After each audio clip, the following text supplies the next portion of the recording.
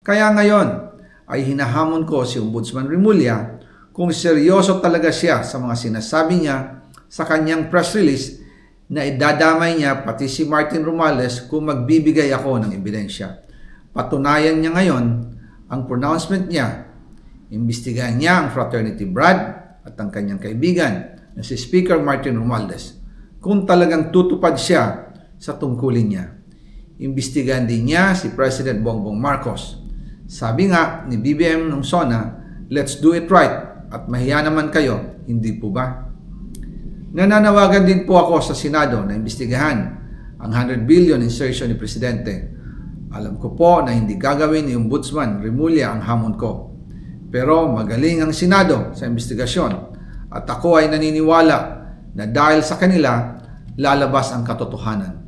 Yung pong listahan ng mga projects, ilalabas ko din kasama ng video na ito. Dahil dito, mas lalong darami ang ipa-file na kaso sa akin.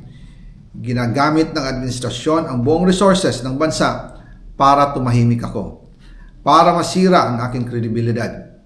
Darami din ang banta sa buhay ko at ng aking pamilya. March 2025 pa lang, si Speaker ay nagpaparinig na sa akin sa aming meeting that he will shoot me if I will talk. At pagkatapos niyang sabihin sa akin in a phone call na don't come home, we will take care of you, tumawag ulit si Speaker Martin at sinabihan niya ako na pag umuwi ako will be dangerous. Kasi they might hire someone to do a rub out on me or hire the police to kill me while in jail. Una pa lang ito sa mga gusto kong ibunyag. Marami pa akong dadalhin sa liwanag. Isa na dito ay yung kay Henry Alcantara, ang DPWH boys, ang sinasabi nilang halaga sa ICI ay 21 billion. Hindi po totoo yan.